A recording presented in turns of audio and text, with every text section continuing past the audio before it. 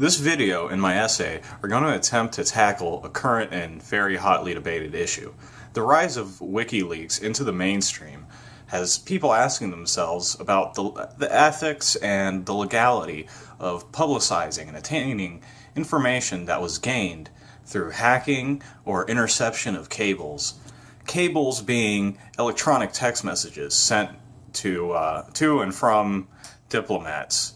For this video, I'm going to try and put my personal biases and opinions to the side and try to provide a somewhat comprehensive analysis of the ethical and legal quandaries behind obtaining and publicized hacked information and intercepted cables.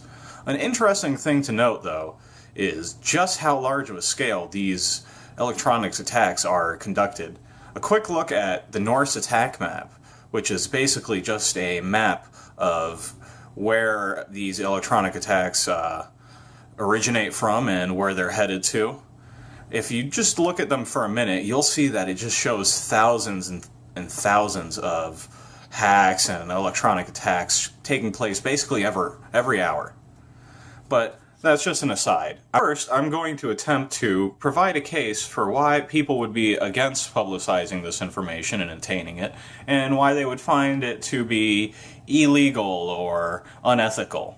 To begin with, under the Supreme Court decision called O'Connor versus Ortega, the Supreme Court justices decided that public employees get to retain the same Fourth Amendment rights that you or I would have as citizens. The Fourth Amendment being the amendment that provides us a right to privacy and somewhat of a legal barrier against warrantless searches and seizures.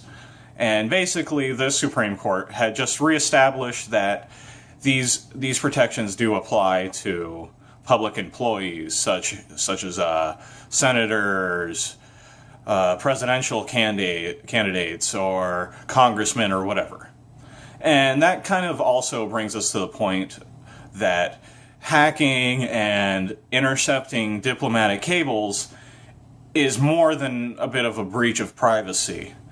And as we could see that there may be some very personal information within the information that's intercepted or hacked into or whatever.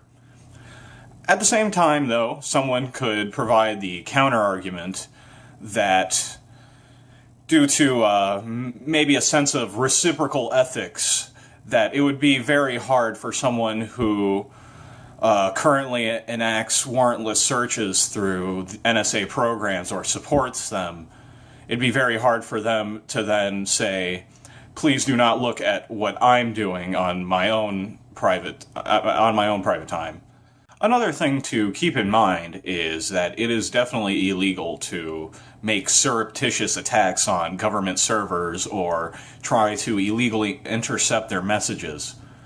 So, at the end of the day, they will not have legal footing. However, as I will get to in my 4 section, I will explain the legality of actually publicizing and reading this information that was attained surreptitiously through hacking or electronic interception of cables.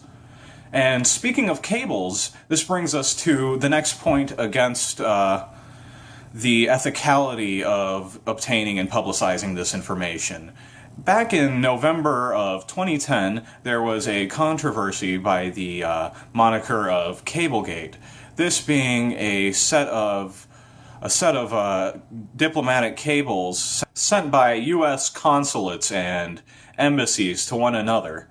The effect that this had on the global landscape was very, very profound. It was one of the leading and top catalysts for the Arab Spring, which led to countless insurgencies and civil wars throughout the Middle East, which in all actuality is a very big price to pay for this information. However, you could still make the argument that the consequences of something don't necessarily disqualify that information as being something that should be known. This is known as a argument from consequences fallacy. And another less direct consequence that the publicization of these hacked information and intercepted cables is that commonly the whistleblowers will have their lives ruined, especially if they don't hide their identities. The most prominent examples being Julian Assange, who is the director of the aforementioned WikiLeaks, and Snowden, who is currently taking political asylum in Russia. And this is going to take me to the case for why it is ethical and legal to publicize this information. And while not necessarily legal, some may find it ethical to obtain this information surreptitiously, as mentioned earlier, by hacking or intercepting cables. To begin with, let's start on the legality of publicizing and reading this surreptitiously obtained information.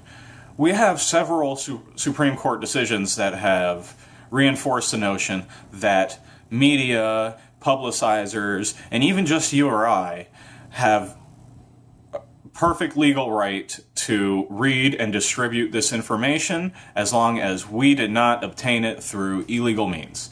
These Supreme Court decisions are by the name of Bartnickel versus Vopper and the United States versus Stevens. Both of these decisions have reinforced the notion that we are fine to read this and we are fine to publicize it and spread it.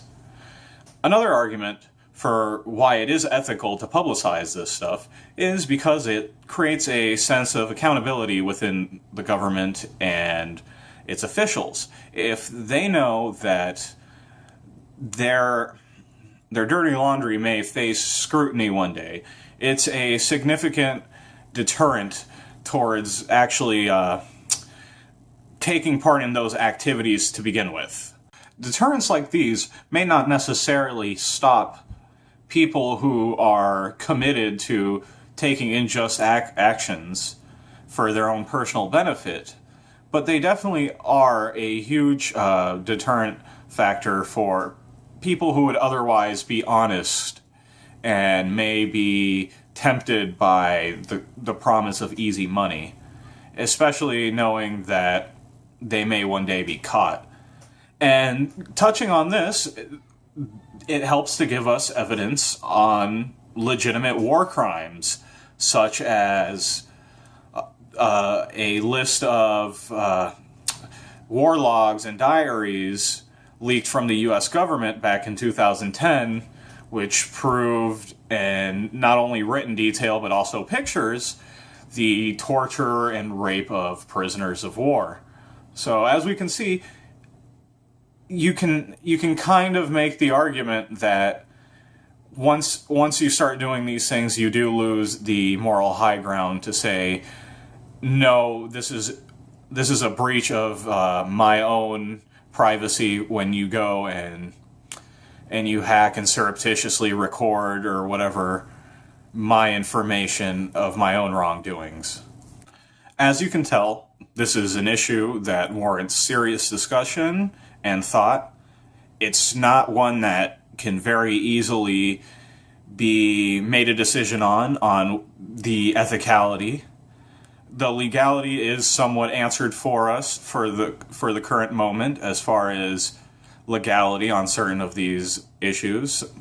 The publicization being legal and the actual obtaining of information through surreptitious means being illegal. However, one thing is for certain, that this is an issue that we are going to have to deal with in not just the immediate future, but for many years to come.